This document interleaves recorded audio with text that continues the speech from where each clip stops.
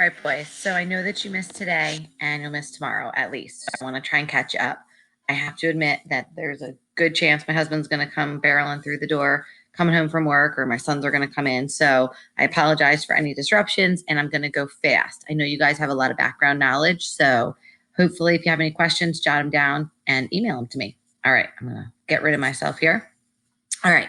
So this part is a review. We did talk about a little bit about Columbus, and that, when you first learned about Columbus when you were little, you learned that he was famous for discovering America, which we kind of talked about really shouldn't be the case, because to discover means to find for the very first time.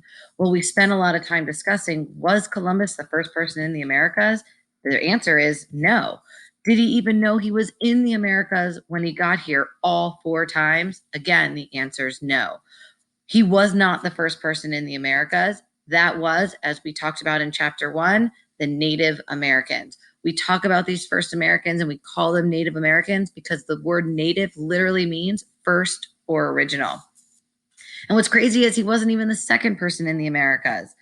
Thousands of years after the Native Americans first arrived in the Americas, the Vikings arrived in the Americas. And this was all 500 years before Columbus. He was indeed the third person in the Americas, again, 500 years after the Vikings. But as we talked about, he never even knew he was here.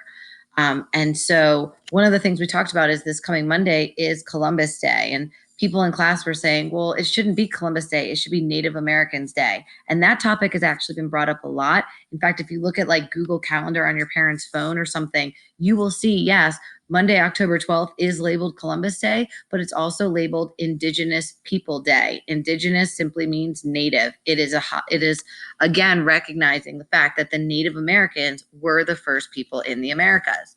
So chapter 3 of history, guys, is all focused on the time between the Vikings and Columbus. And if the Vikings were the second people in the Americas and Columbus was the third, that means there was 500 years of time when no one landed in the Americas. And historians believe that no one landed in the Americas during this time because no one was out exploring the oceans. And we talked about why that might have been the case. So we brainstormed some ideas, and here were some of the things that we discussed. One was people were afraid of the danger that the oceans held, dangers like horrible sea monsters that were ready to swallow ships whole. Some people in Europe believed that the sun was so hot it caused the seas to boil and people would be boiled alive. And so sea monsters and boiling seas was enough to keep some people from Europe from exploring the oceans, but not everybody. We know that there would be brave people who would be willing to explore the oceans. So we talked about the fact that there had to be more out there that was stopping ocean exploration for this 500-year period. One of the other things that stopped Europeans from exploring the oceans was that poor ship technology that they had. The Vikings were great experts with shipbuilding and ship sailing, but no one else really was back then.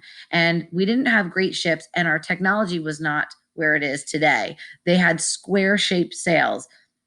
And I like to say, whatever way the wind blows, that's the way the ship goes. People who would go out into the open ocean with these sails would have very little control over where their ship goes.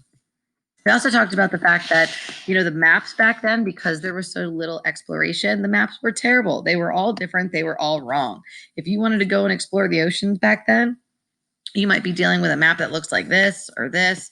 Now, this map, just to kind of give you an idea, this map was actually created after Columbus went on his journey, not even in the 500-year time period that we're talking about. And this map is terrible. This is Africa here. This is Europe and Asia. This right here, this little like seahorse looking thing, this is actually the Americas. And you're looking at the very first map that included the Americas on it. It was made by a German map maker named Martin Woltschmuller. This map is absolutely inaccurate and incorrect. And this was a much better map than what they had in the time period that we're talking about. And so some people, the fear of sea monsters and boiling seas and not having good control over your ship and not knowing where you're going was enough to keep them out of the oceans. But we know that there would be some people in Europe brave enough to do that. So there had to be something else keeping people from exploring during this time period. And that something was all about the kings and queens. In order to go and explore the oceans, you needed money for a ship and a crew and supplies. And the kings and queens of the countries in Europe were the ones that held the money. And whenever someone asked them, hey, can we have money to go and explore the oceans? They would get the same answer over this 500-year time period. And the answer was no.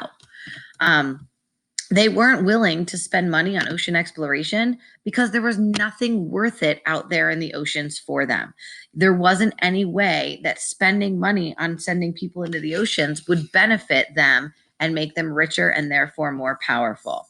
And no amount of bravery can change this. And so, because the kings and queens were not willing to give money, no ocean exploration happened in Europe for those 500 long years between the Vikings and Columbus. All right.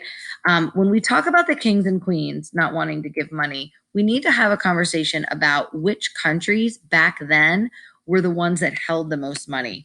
I call these countries power countries. And there were 5 countries back then in Europe that were the wealthiest and therefore the most powerful: Spain, France, Italy, England, and Portugal.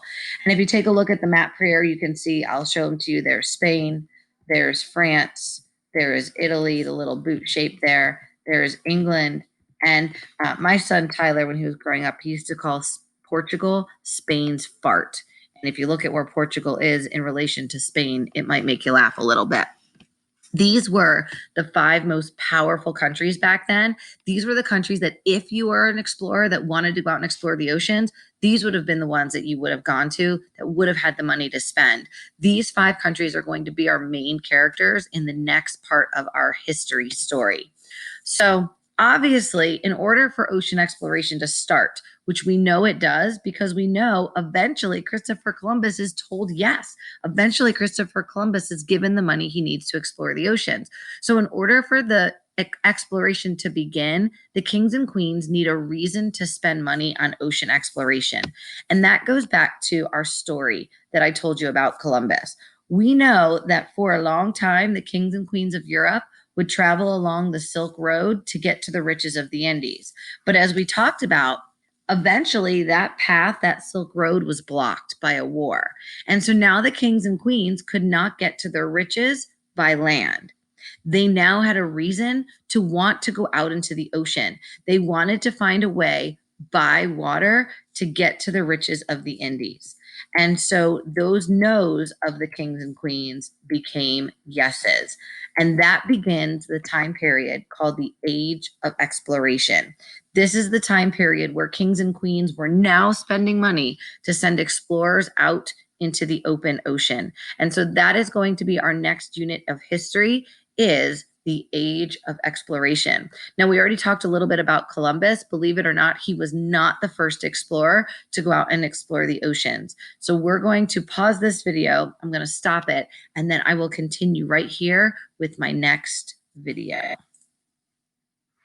Except I don't know how to stop it. So